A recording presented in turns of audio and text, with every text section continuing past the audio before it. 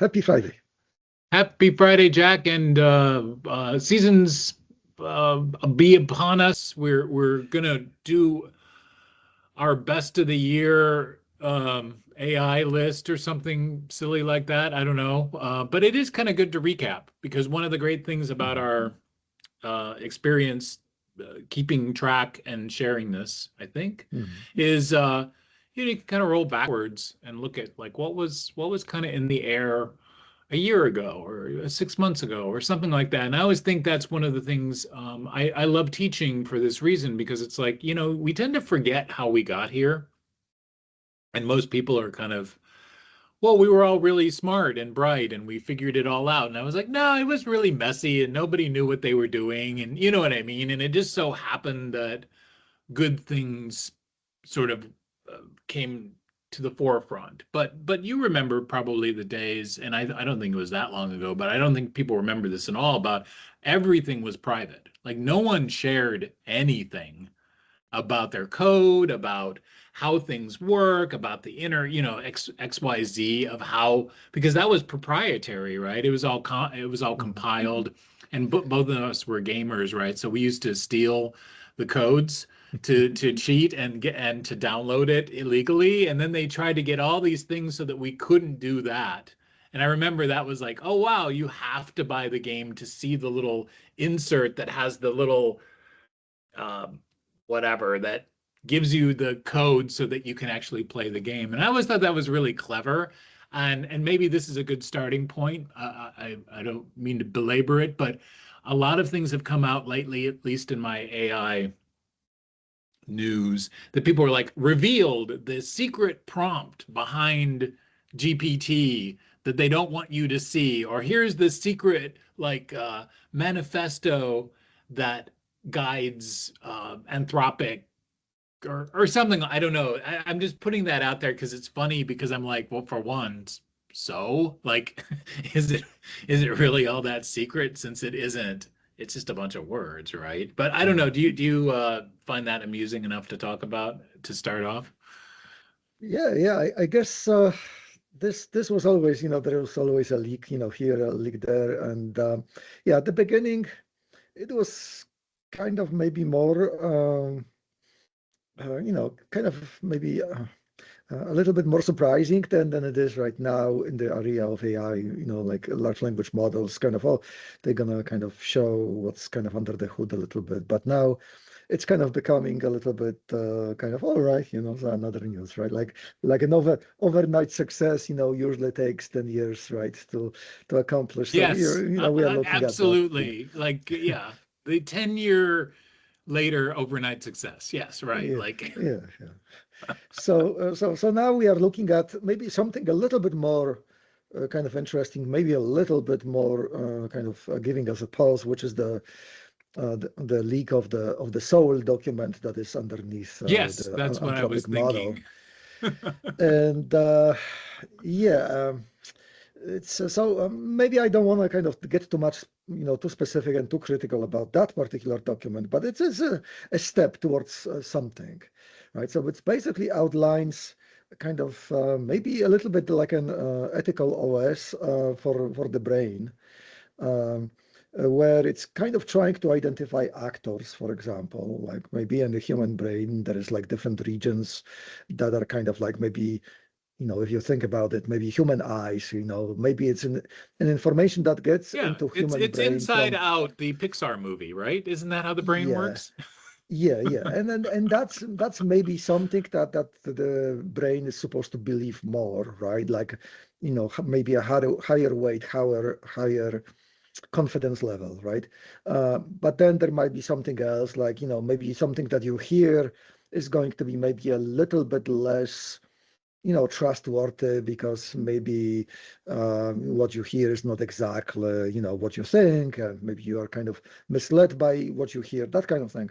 So I think I see these kind of things in that document, and then maybe I see also because let's not forget, right? Like the engine, right? The kernel that is running that soul script is probabilistic in nature, right? So if you tell if in the soul you say that the AI is supposed to behave ethically, right?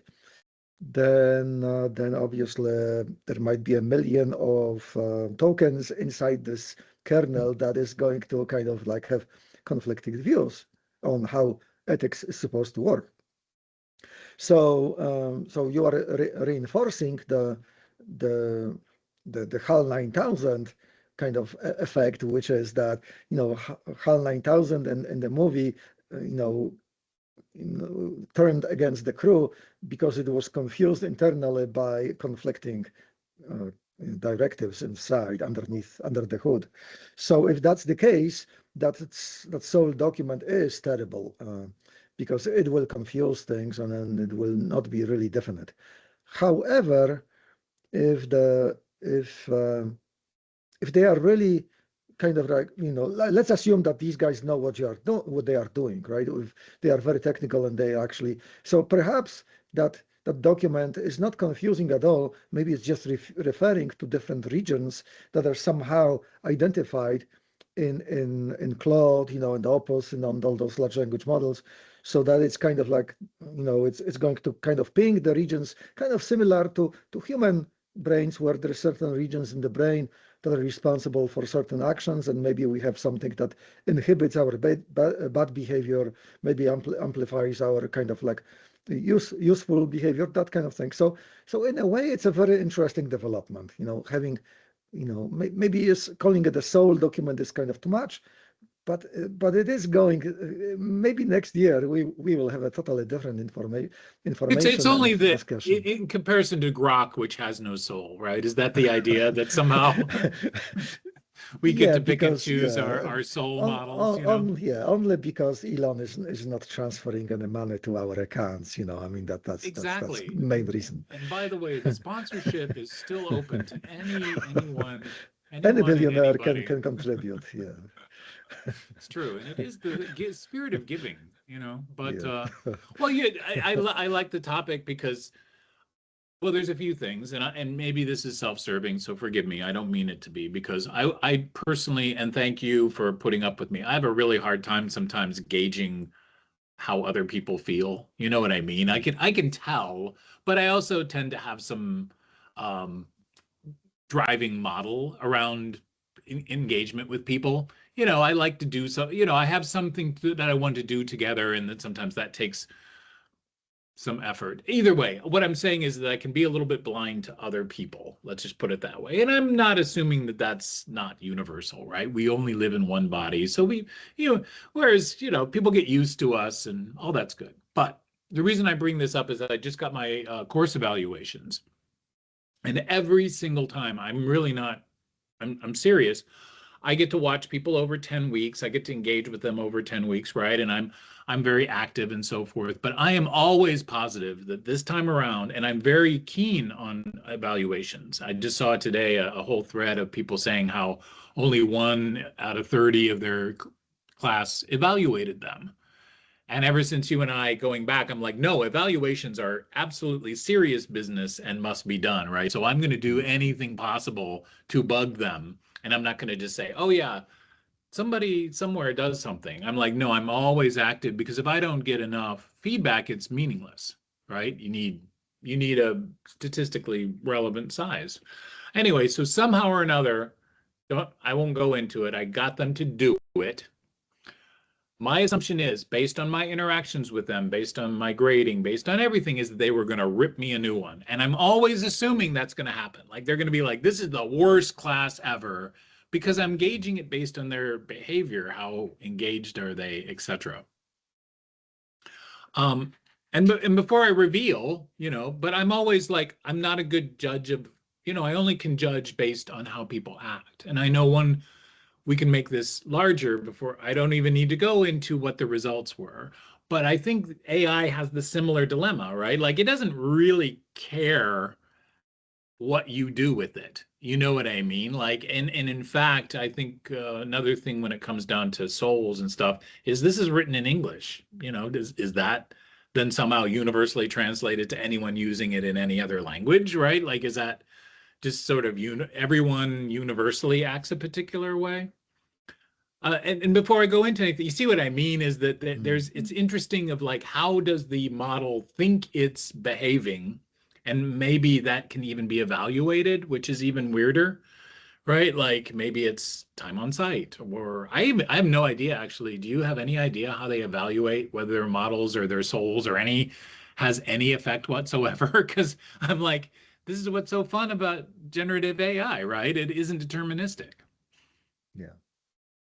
Yeah, yeah, exactly. I mean, it's the evaluation of a model is kind of tricky because like in this whole document they for example they are identifying different types of actors that are supposed to be treated differently. So there was kind of like those maybe like other machines that are kind of interacting with the system, and the system is supposed to be reacting differently if it knows that, oh, there's some sort of an API that just wants to know what's the weather, or kind of like, what's on TV tomorrow, that kind of thing, right? And then there This is is the like checkout line. This is the self-checkout. yeah, yeah, yeah, and then there is other actors that might be like ethical agents. Like I might really ask the All those model, teenage boys. Yes, we got to worry yeah, about them. yeah, that I'm that I'm kind of feeling bad psychologically, kind of depressed, and then that's a totally different situation for the model, and the response. So yeah, evaluating of this kind of the spectrum is very wide. Yeah. Well, and again, this is such a fascinating thing because we just go back to remember, I mean, the whole point of computers, right, is their ports are open to anything at any time, right? They're not that discerning until people start attacking it. So much of the history of computing is about misuse, Mm, and even the other day I walked into and sorry, I'm griping, but walked into the Art Institute. I used to work at the Art Institute for many years. I don't go back there too often, but mm, walking in, there was a metal detector mm, which I thought was kind of new, right? Like, okay, I guess. But then what was even stranger is this woman stopped and said, "Do you have anything? Do you have anything on you like a phone and keys?" And I was sort of like, "Well, yeah, of course I mm. have phone and key. You know what I mean? Like, doesn't everyone have a phone and keys?" Uh-huh. And then she's like, "Well, do you have anything sharp?" And I was seriously like, this is security? Like, you poor thing. I don't feel bad for her, right? I'm just saying, like, you're given this job with no authority to somehow stop if some person with whatever, you see what I mean? Like, the whole idea was dumb to me. It just reminded me of taking off our shoes, right? Like, it was the same Mhm. thing. Like, just because you identified some behavior that somebody did that was bad, now you must safeguard against that behavior. Where it's like, well, this is just, sorry, stuff randomly that happens. And now AI, like you said, needs to guard itself when it isn't even a thing, right? It's just a bunch of vectors.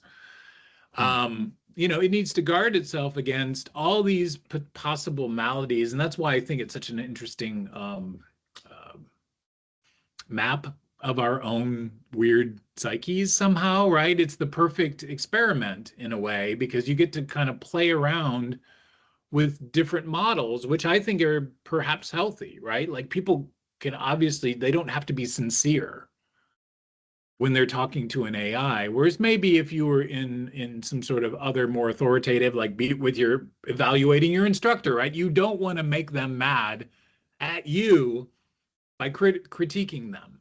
You see what I mean? So there was always this built-in thing of like, I want you to be honest, but not mean. You see, like it's actually, am I making any sense sort of emotionally? Like emotional Yeah. relationships are much more hard than the words that might be conveyed by them. You know, it's the little glance that usually is like, well, that's it. I'm never talking to him again. Not the thing they said, right? It's this weird emotional subtext, I guess I'll call it, which is immune. This is just a dumb large language model, right? Like it doesn't get any of this stuff, any of the subtlety. I don't know. Maybe I'm painting it unfairly. What do you think? Well, I think, yeah, I understand where you're coming from.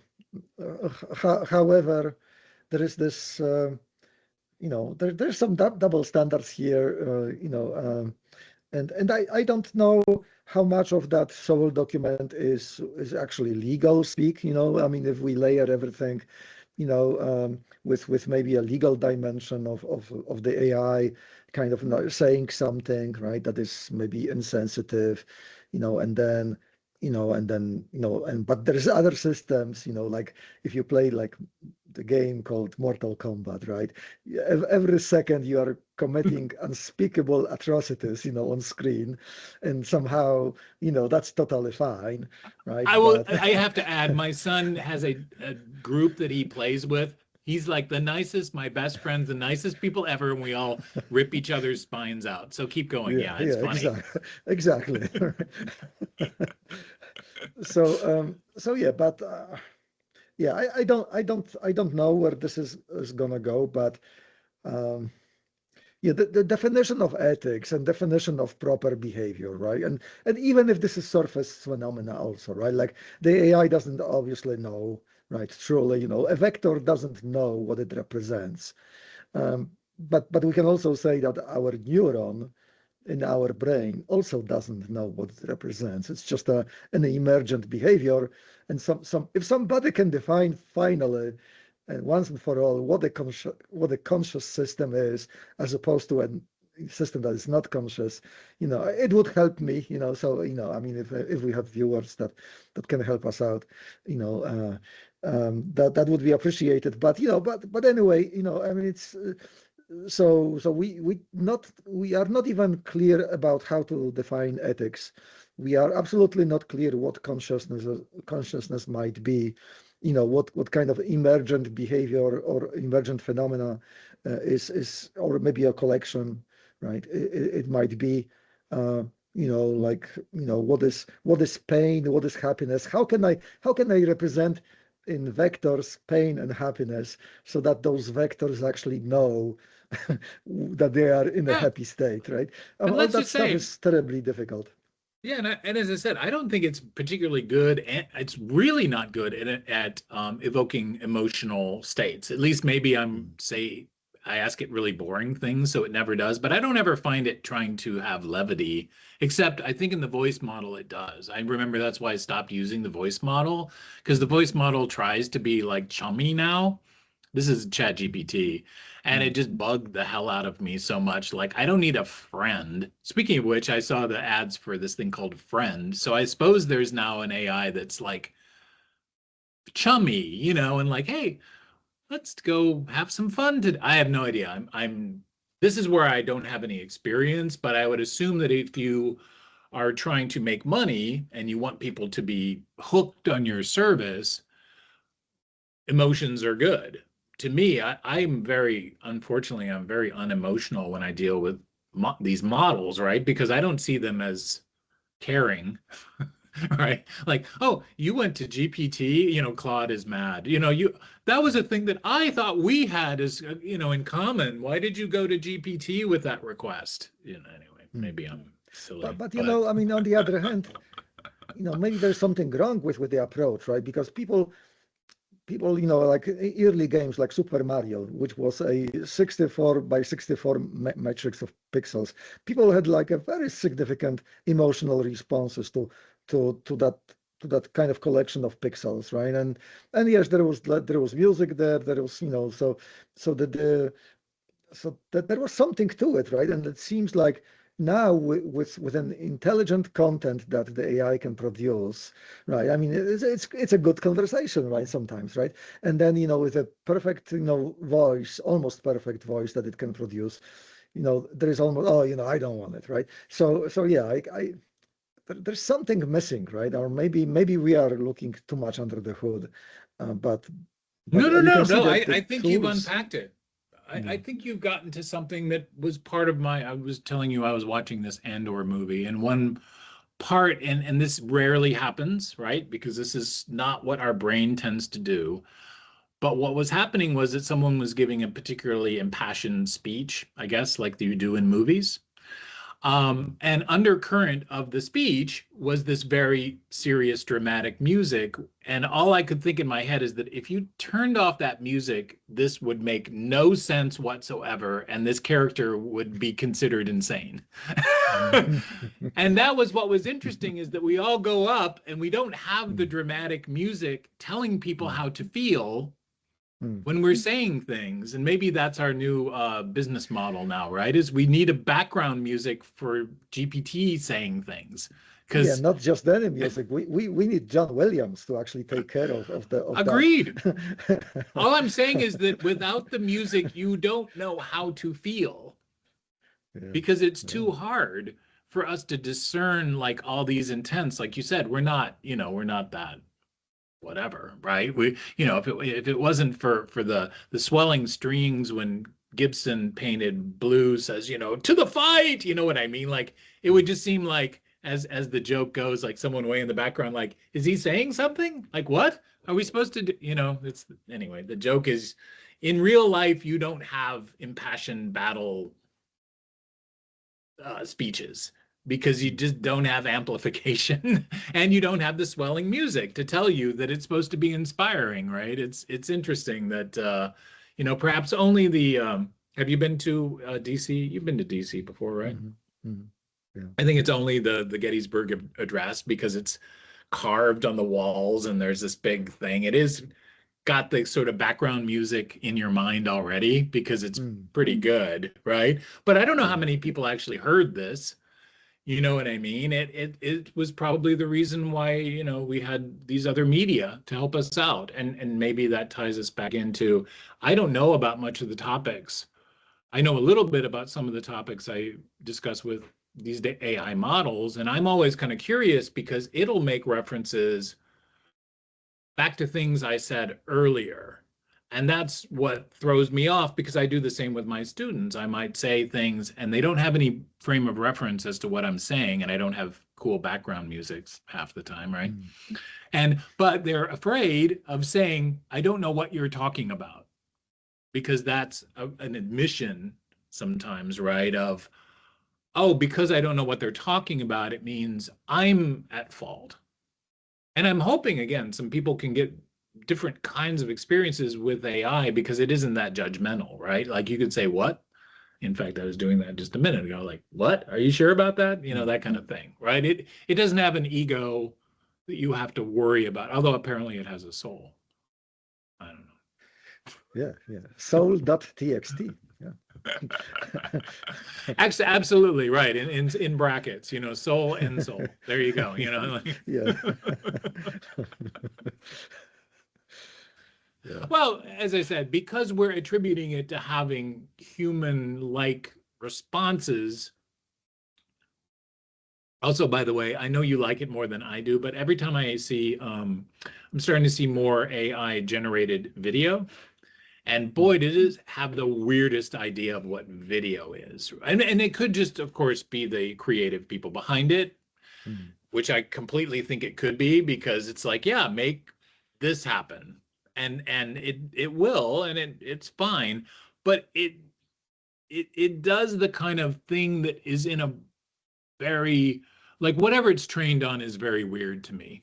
You know what I mean? This was in the beginning when everything looked cyberpunk. Like, no matter what you asked it, it always came out cyberpunk. So I'm like, have you only been trained on cyberpunk? Like I was just at the art. Well, I was just saying, I was at the art institute yesterday, and it was like armor and some really amazing stuff from the medieval period was on display, and my daughter and I were both like, wow, these rich people really did fund a lot of art, or at least that's all that's left of them, right? Is their really, really elaborate art that they paid for someone to do. And we're fans. We're like, yeah, if you have a lot of money, buy lots of art. That's or fun, not buy lots of it, actually fund people to make art. Forget buying stuff, from dead people. Fund people to make art. That's my advice. Elon, by the way, do you know I know someone who is a famous artist who tried to trade Elon Tesla for one of their art pieces, and he was like, "Yeah, I don't like art." So no surprise there. Anyway, well, anyway, tangent. I don't know if did I just ruin our tangent by adding another tangent? Maybe I did. Sorry. Well, it's yeah. I mean, yeah. I agree with the art concept. I mean, Frank Lloyd Wright, right? He made his career. The rich people buying his designs of those vacation homes or whatever. They basically kind of made his name, right? Like, Hmm. we wouldn't have Frank Lloyd Wright if it wasn't for those very wealthy people buying those houses, allowing Right. him to make those designs. I mean, the waterfall house, is the perfect example. Everybody in the world knows about it, and it was just some guy, that just wanted a house, in that place, and Frank Lloyd Wright actually didn't have time to do it. So apparently, the story is that he just made this design like the day before the deadline, that he had, just okay, I will do it, all right, let him go. The grand procrastinator that was Yeah. Frank Lloyd Wright, for sure. Yeah, Yeah. so to your point, right? Who you want to hire? You want to hire the most lazy, brilliant person that you can possibly find, right? I mean, that's a decent setup. I think I'm a little I haven't published this yet, but maybe this will be amusing since you mentioned it. Um, well, I'm always sort of trying to unpack work culture when it comes to Mhm. AI, right? Because that's where I think since we started this, that's seemingly the most interesting aspect. And most of the conversations I have are about like, well, most people who were in factory work learned sooner or later that they were replaceable, right? That's been happening forever. And most of the coal miners have learned they're replaceable and so on and so forth. And agrarian things, you've been replaced. Again, or let's call it augmented, right? I don't think you're ever replaced. You don't need as many people. You don't have to raise your barns with a huge community anymore, which is a shame, right? Because that used to be great. You'd get everybody together and you raise your barn together. Anyway, this was a very ancient statement, and it's funny, I think. So it goes, I divide my officers into four classes. So this is a military guy.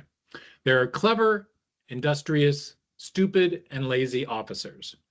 Usually two characteristics are combined. Some are clever and industrious. Mhm. Their place is the general staff. The next lot are stupid and lazy. They make up 90% of every army and are suited to routine duties. Anyone anyone who is both clever and lazy is qualified for the highest leadership duties because he possesses the intellectual clarity and composure necessary for difficult decisions. One must beware of anyone who is stupid and industrious. They must not be entrusted with any responsibility because he will always cause only mischief. Yeah. And So then I read a so whole bunch of stuff. So anyway, I don't know. yeah. I don't know how people would take that because I am trying to purport that this industriousness is problematic, right? Like it isn't really as industrious as you think it is. It's often just performative. And then, well, if you're doing all your time being performative, where's the work? Where's the output of the work? And I do come, maybe it's from my artistic background. Like I know what it means to make art. It's like really takes forever and usually people don't care, right? But you do it anyway, and that just becomes, again, it's not something where you're instantly rewarded, and I'll kind of tie this back into teaching, right? It's not really immediately rewarding. It's usually a big challenge to fit the different outlooks of your different students. And I'm lucky I teach at a master's level. So if you're teaching different grade levels of students, you're going to have to change yourself because you cannot be them, right? You have to be cognizant of their abilities, but you also have to be um, telling the right stories to the right people. And maybe that's why we're both fascinated by AI because it is pretty malleable. I'm assuming it talks to me Mhm. differently than you or to a 12-year-old or whatever, right? I think that's the subject of this this Yeah. big reveal, right? Is that it might have guiding principles, but should still speak to your level, whatever that may be, in your language, so to speak, right? So it can't go off on things you've never heard of. So I'm assuming it quotes SpongeBob constantly to a certain demographic, and then you know what I mean? Like, I don't know. As I said, I've never really had it try to be amusing. So I'm never sure, this idea of it being a companion. I'm guessing it's still more of an appliance, even now for most Mm. people. Anyway, I don't know. But you like the general's encapsulation? Yeah, yeah. So I think in the corporate world, there's probably, I remember seeing almost exactly the same mapping, the quadrants, although they were named differently, probably a Right. little bit Yes, our two by more twos. We love flattering. two by Yeah, twos. yeah, where there is going to be somebody who is a leader, right? There is somebody who will be a follower.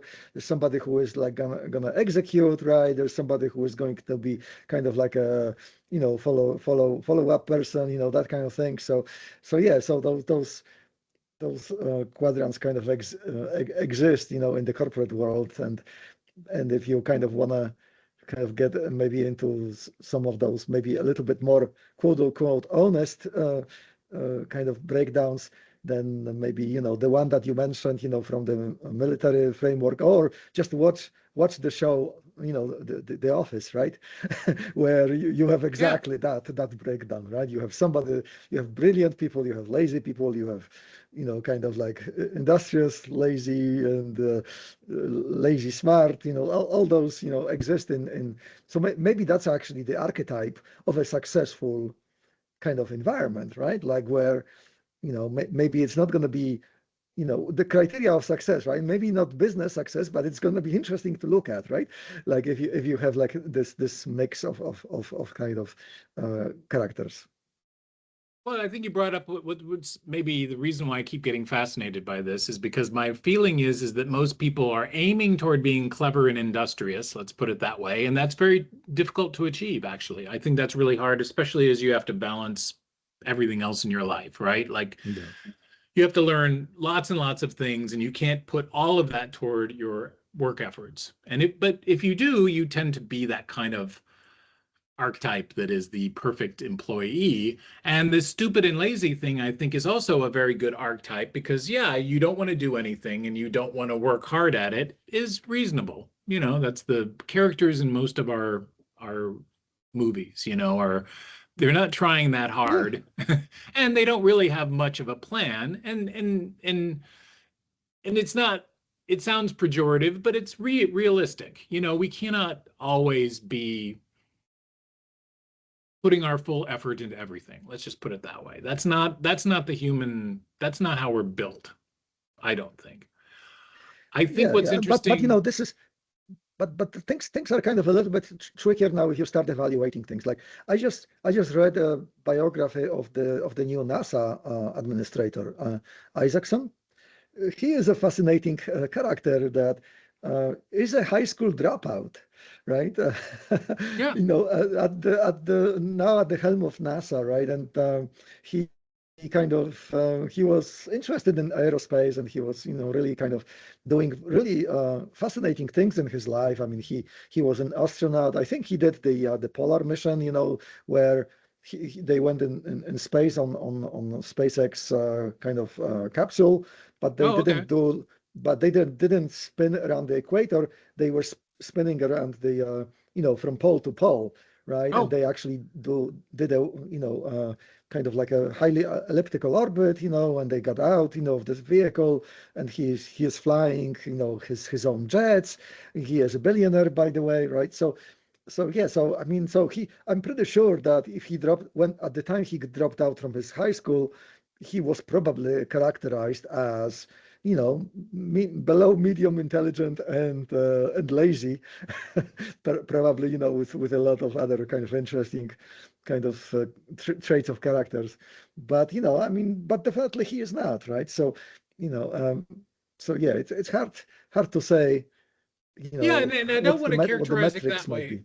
Yeah, I think characterizing that way is unfair too, right? This is just a Yeah, character, and it may not be your only character trait. We can put it that way. What I think yeah, I'm getting at, what I think you pointed out, which I maybe put into your mind, is that AI is clever and industrious, right? Like it is both of those things.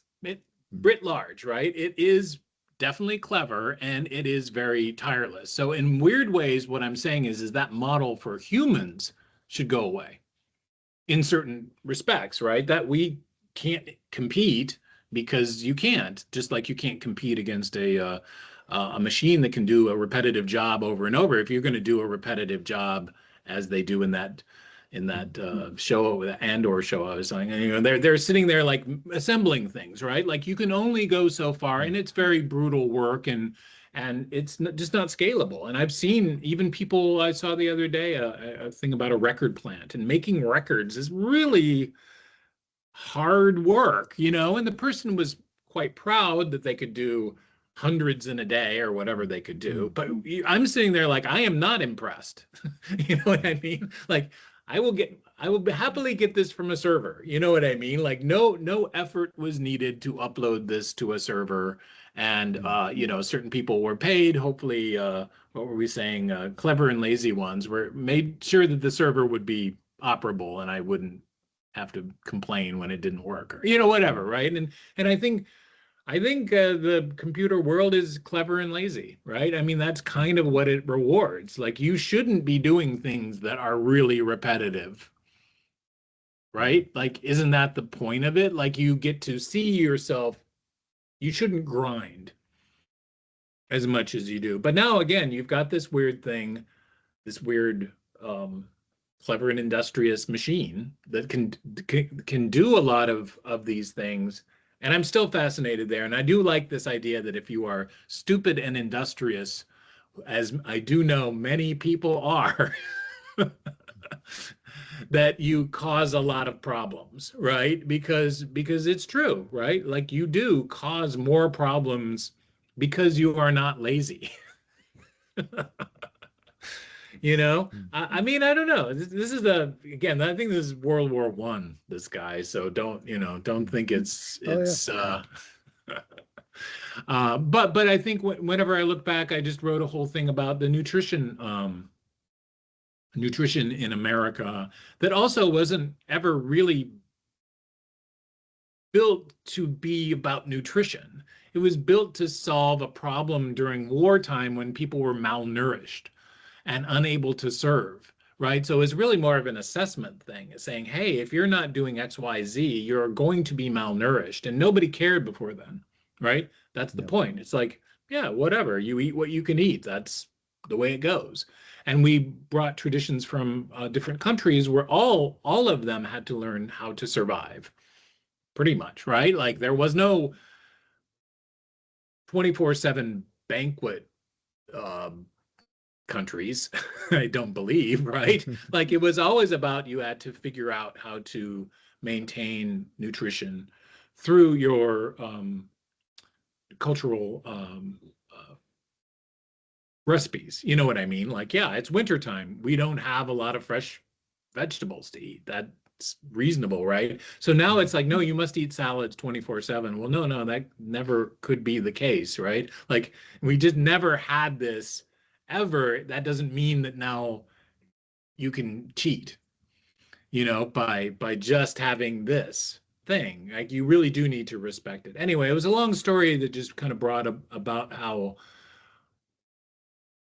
knowledge is hard won, I suppose, and oftentimes it isn't institutionalized either. So even if Anthropic thinks they have the secret to what goodness is, I guess.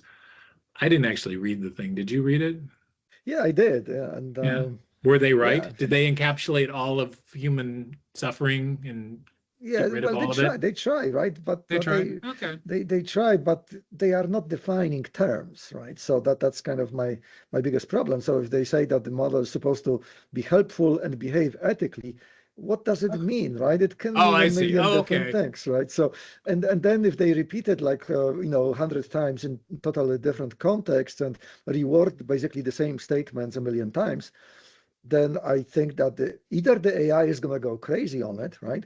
Or there's an underlying layer that we don't know about it because they are basically kind of like those sentences, those patterns will be actually pinging like regions of the neural network that are actually so you see, I'm kind of under. So there is like a subliminal message for the anthropic neural networks to kind of like, oh, okay, so by ethical they mean that collection of vectors, right?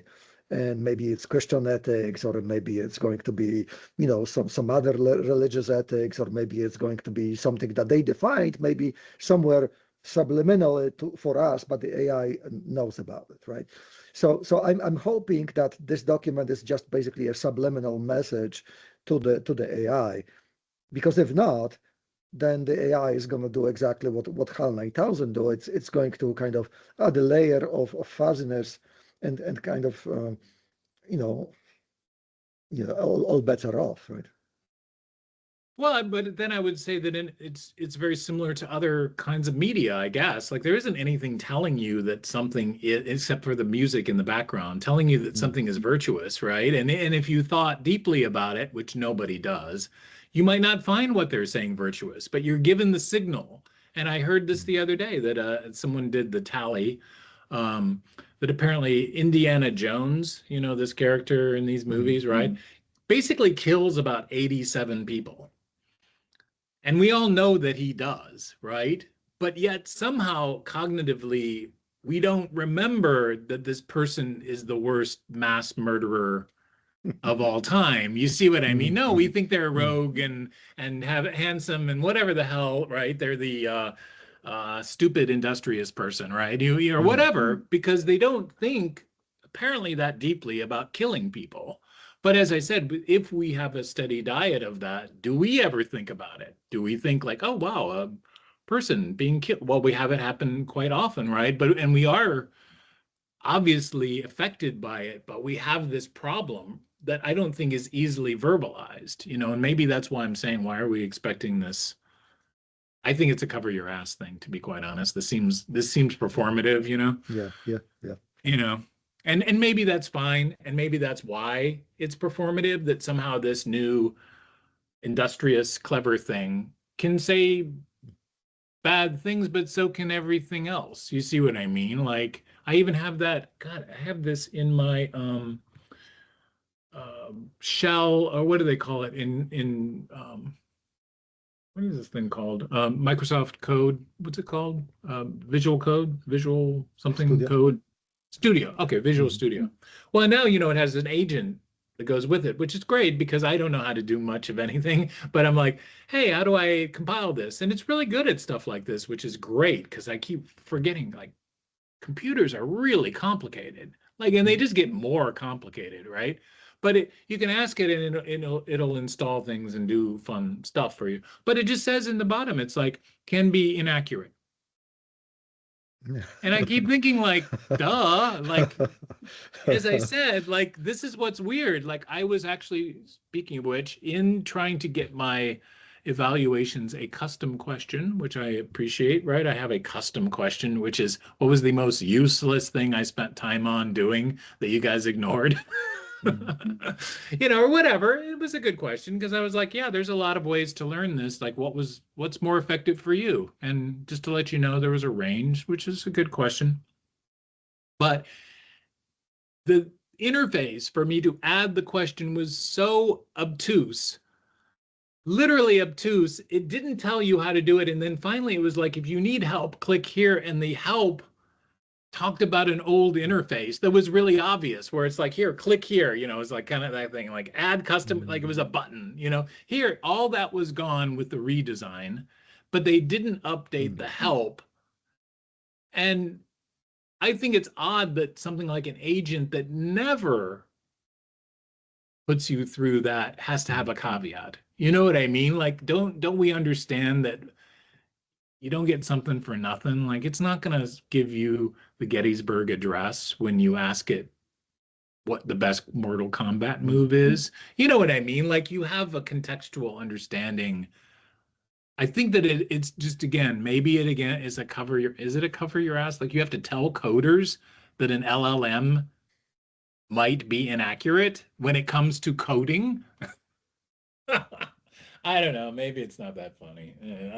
It's like, well, it is. It's a weird caveat for technology. What are we in? 2 years, 2.5? I don't know, something like that. Seems like that's the best we can do right now because we have no idea what it's going to do or say. We aren't mature enough to like know when it's wrong. That doesn't seem, that Yeah. seems mean, right? Unless we're, what was it? Are we stupid and lazy? I guess we are. I guess that's the point. Is like if you really don't care and you don't want to care, maybe it's not the tool for you. Or maybe this is the other way around, right? I mean, we are in such an information overload kind of environment that, even despite our best efforts, and maybe absorbing far more information than, let's say the most dedicated scholar maybe 20 years ago, just reading papers, at Yeah, that bandwidth, probably was able to assimilate a lot less. Whereas we are kind of exposed to so many data streams, and maybe we are absorbing a lot more. So comparing to that scholar, from 20 years ago, maybe we are all kind of walking, geniuses. It's just that those streams are not very useful for us because the information is shallow, conflicting, inaccurate, often, actually backwards, so, maybe there's something to it, like there was this study, right? Like people are binge watching shows nowadays, right? And so the amount of information that they are getting is far higher than kind of watching TV, and your favorite show like once a week or whatever, sure. right? So maybe there is something to it. I mean, mm, yeah, I'm not sure. Well, that's a trend. I mean, we can do our predictions for the new year, or maybe we do that next time because we're like, okay, AI Yeah. over the past year. I think there's something inherently interesting. Thank you for people watching and you, Jack, because I think there's inherent interest in the metatextual part, right? Because I don't think it knows how it's going to act, and I don't think they can probably reasonably assess how it acts, right? They're a subscription model, much like Netflix. If people keep using it, everything's good. Are our shows good or make people happy or whatever? Who knows, right? Like I find all that literally overwhelming when you think about it, right? Like there's a lot of shows. It's kind of weird when, all writ large that you can't watch all of them. You don't want to watch all of them, but how do you self-select as to what is worth your time or what might connect with you or what might fulfill whatever thing you want? And my daughter and I were just discussing this when it came to this um, Trump broadcast. And I hate to get political, but I'll do it because I thought it was interesting because apparently the model is there's this thing called broadcast television, of which I have not looked at or engaged with for ever, as far as long as it's like, no, that's not how I engage with media at all, right? So and concurrently, if you heard, also YouTube will now be broadcasting the Oscars.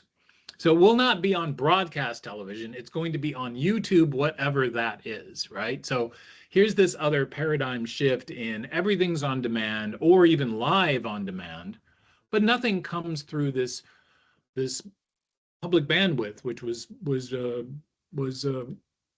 leased out to different companies, and they had to monetize it to pay for it because it's sort of just in the air, right? So here's this thing called broadcast TV, which you can interrupt if you have the presidential seal, right? However, you're not Hmm. supposed to do this unless it's like a big deal, I guess. Even then, you're like, okay, well, I'll just hear about it tomorrow or whatever. Like it's the idea. But people were upset, maybe rightfully so, because they're like, I wanted to watch my favorite show, like you were just saying, right? My favorite shows, whatever was coming on, and it got interrupted by this thing, which apparently had no content and no particular reason to be, is what I'm saying. But it was this thing of like, it's just sort of talking about an older style of mass communication, which to its positive was slower, a lot more boring. People were like, yeah, I'm not going to watch TV. It's the boob tube. You know, there's nothing on. And,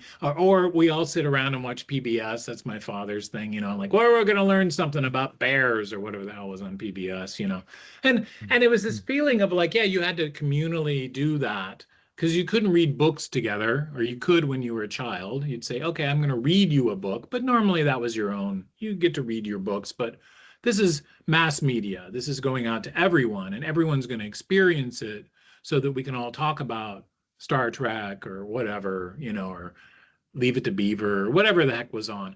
But the economics behind these shows was always, you know, based on advertising. You know, nothing was there for us, you know, it was really there just to get advertisers to pony up, you know, and that was a big fight, you know, you can only watch one thing at a time. Anyway, it was just, it brought up this feeling, and I don't know if any of this makes sense. It just was funny that this model is gone to me, and I assume everyone else. I talked to her, she's like, what?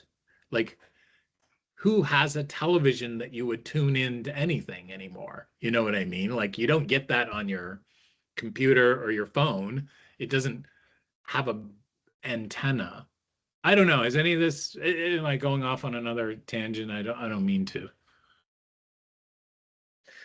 Well, yeah. So yeah. Perhaps there is something to those models, right? Like, you know, to me, right? Like for you know, let's say my generation, you know, a useful interaction model, let's say with some sort of a media outlet was kind of like a Leno and Letterman, right? That was something that was kind of like attractive to me, right? Like, hey, I would tune to it and listen to the news because they would kind of cover the news, but in their own way, Oh, right? right, Kind of, right. You were just waiting for the fun to begin. yeah, exactly.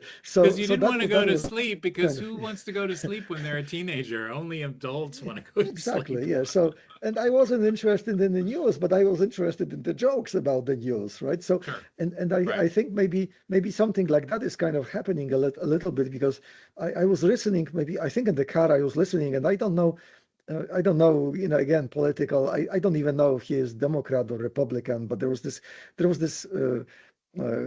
senator, I think from one of, like Louisiana or something. And when he is making speeches, he is joking, about, other politicians. Like he would say that, oh, that politician is extremely smart, and the only one to stump him in a conversation would be to kind of ask him which countries he wouldn't bomb, right?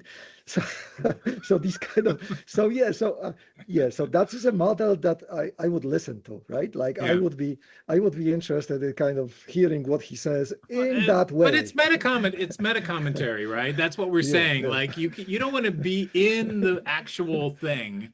You want to yeah, hear about it second. And by the way, that's yeah, that's also a good technique when it comes to filtering. yeah, yeah. You know, So because like you said, we can't take it all yeah, in, and having your own opinions is pretty 100%. Yeah, rough. You know, and if there isn't yeah, good music in the background, I have no idea half the time if something's good. You know, yeah, it all has to do with that that meta context. yeah, yeah. So I guess that's pretty good. You know, we did pretty good, Jack, for our holiday wrap up. I guess it's the does AI is not aware of itself. We don't have any idea what it does, but now lately we've just been putting a lot of stickers on it. You Mm, know, maybe yeah, closer than it appears. May not be right. yeah, Shouldn't do anything. Shouldn't.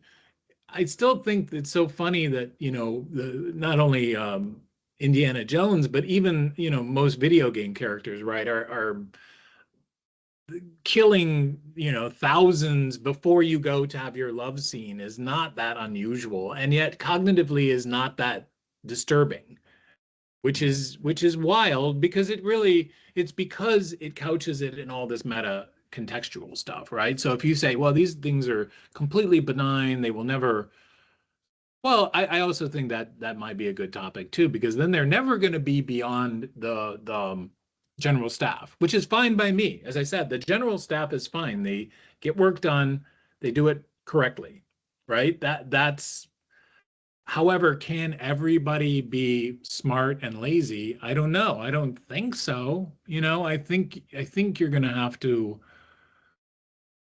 you certainly can't pull a Musk on this one, right? Which is, I'm going to work 180 out, whatever, all day and all night, and expect everybody else to do it. Yeah, yeah. Well, that is one dimension, right? And another dimension would be also, I mean, can the AI become the Harry Callahan character type, which is going to kind of be honorable, right? But it will be also kind of capable of doing bad things in certain situations if it sees that the system is not capable of actually correcting itself, right? So these kind of dimensions also, right, kind of outside your four quadrants, kind of like on a different plane, right? Can AI be honorable, right? And how do you define that, by the way? And kind of when it's placed in a difficult situation, right? I mean, So I'm actually gonna work on that, because there is this center now that just got funded at Northwestern because of everything, right? But it's something to do with like the moral debate. Like, anyway, it's supposed to be gray area study, right? Like, the point that I was trying to make and will make in my course is that people lie, right? I mean, anything in statistics lie. There's a certain amount of lying inherent in any system. But with this very capable tool, can you mitigate that, right? Can you sort of get a better take on things, because it's able to maybe contextualize lying a lot better than we can, right? Or recontextualize data with some of it being inaccurate. And by the way, I buried the lead, which is I got stellar results. Everybody really liked my class, so I was like, yeah, good of course, ending. of No, I of didn't know, course. but I'm serious. Like, literally, I was stunned at how high I rated. I think I got one I guess they have this dumb 6 point thing, so it's like 1 to 5 tends to be it, but there's a 6. So like on one, I averaged a 6. So I was surprised, because boy, Congratulations. they did not let on. This is my point. I have a bad judge of what people are thinking, because my thought is, no, you are hating this class and everything to do with it. So and that's what I hope, maybe I can work with this group. So maybe we can talk about that too. I'd love to figure out, like, I think AI could do a better job than I do at gauging like what's actionable or not, right? Or Yeah. what really is there that we won't intentionally bias. But again, big topic. Maybe we'll wrap that at the end of the year. You game? I Yeah, don't know. yeah, totally. Yeah, Unless another new topic comes up, but it was a good yeah, one, Jack. Appreciate yeah, you. yeah, totally. My best for the family, and anyone watching. Have a wonderful holiday. Thanks for engaging with us, and please leave comments or something. We'll talk about whatever you want. Yeah, yeah, totally. Yeah, yeah. Thank you, Mike. See you next time. Thank you, Jack. Next time.